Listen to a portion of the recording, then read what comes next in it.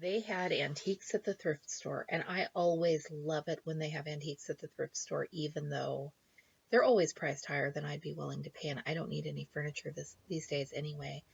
This, not quite a rocking chair. I think it had metal springs underneath because it did sort of move.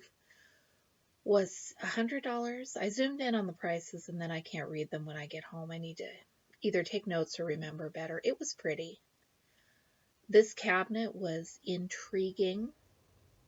Not at all something that would fit with the style of my house. And part of what interested me about it the most, beyond the fact that it's pretty, is the fact that it was scratched up badly. It was obviously missing its doors, not like they'd been removed and it had been patched up. And it was, I want to say, $150, $200. I don't understand the logic of pricing furniture at the thrift stores. Once in a blue moon, we wind up finding something that comes home with us, but most of the time, I am just confused. Love these little portable fireplaces. Wish I could find the perfect corner to put one in. And this trunk caught my eye like you would not believe. It is gorgeous. I don't have a place to display it. I don't have a need for it. And I reminded myself of both of those as I sadly left it behind. Because isn't it pretty? I'm guessing that someone painted it and it wasn't mass produced, but I don't know. Love the sparkly green cut glass candy dish. Just look at that. If that had not been so pricey, it would have been harder to resist. So I guess thank you to whoever prices the stuff here at St. Vinny's. This one had the little holes around the edges, and I just bet that would display embroidery scissors like the milk glass ones some of my friends have been using. But again, it was $15, and I don't have that many pairs of scissors. There's some Caron Dazzlere in here. That is one of my favorite of the old yarns, but I didn't need it and I left it behind. I peeked through the yarn because sometimes you do find something that came from the yarn shop that is worth splurging on, even if you don't know quite what you're going to do with it. Nothing this trip that I couldn't resist. Old wedding decor. Wooden embroidery hoops that were in real nice shape and not that badly priced, but I bought a ton of them at that estate sale last year, so the last thing I need is more.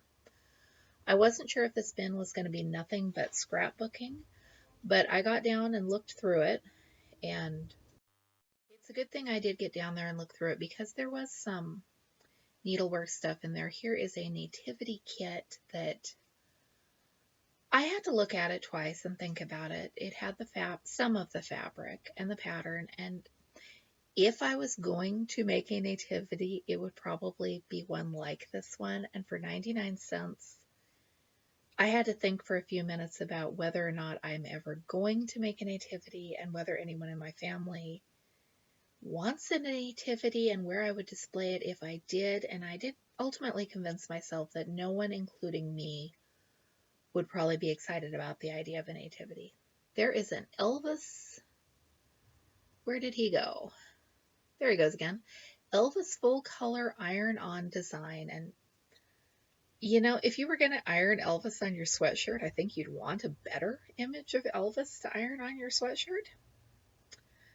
But maybe I'm just not enough of an Elvis Presley fan to fully appreciate the awesomeness of that vintage iron on transfer. There was a second one in here too. Someone obviously didn't appreciate it enough to iron it on and wear it. Like the paper doll quilt pattern, had to set a couple things aside so I could get a better look at them and think about whether or not they should come home with me. This was just a mismatch of like schooling stuff and scrapbooking stuff and party decorations and sewing patterns.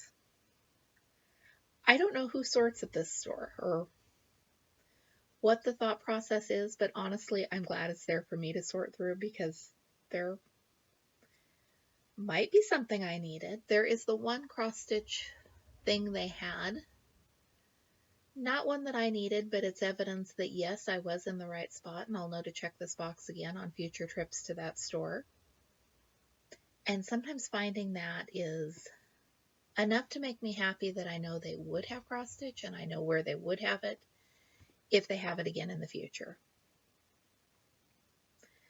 So I did decide to put the nativity kit back. I bought the paper doll quilt top pattern even though I'm not sure when or if or how I will make it. I've got some vague ideas, and I must have seen a paper doll quilt at some point in the past because I know I've wanted to make one. I'm always like trying to cut out the paper dolls like that with the joined hands. I was never good at it. Never got any that I was happy with the end results, but I tried a lot of times as a kid. I know I have some doll patterns in the sewing room from previous thrifting trips. There might be a kit. I can't remember if I've looked at kits or actually brought one home. Didn't buy the sock monkey kit because I do know I have the socks up in my sewing room, and what I really want is a sock elephant because nothing I make is going to compare with the one my great grandma made me. And there is a germ soap kit. Could anything be more perfect for finding at this point? I don't know if this was here before things happened, but if you want to make soap shaped like salmonella and the common cold, there you go. I thought this guy was Beethoven, and then I spent some time trying to figure out if it was Beethoven or some other famous dead guy that I should recognize on sight. I thought the words on the back might tell me who it was, but nope. Apparently you are supposed to know.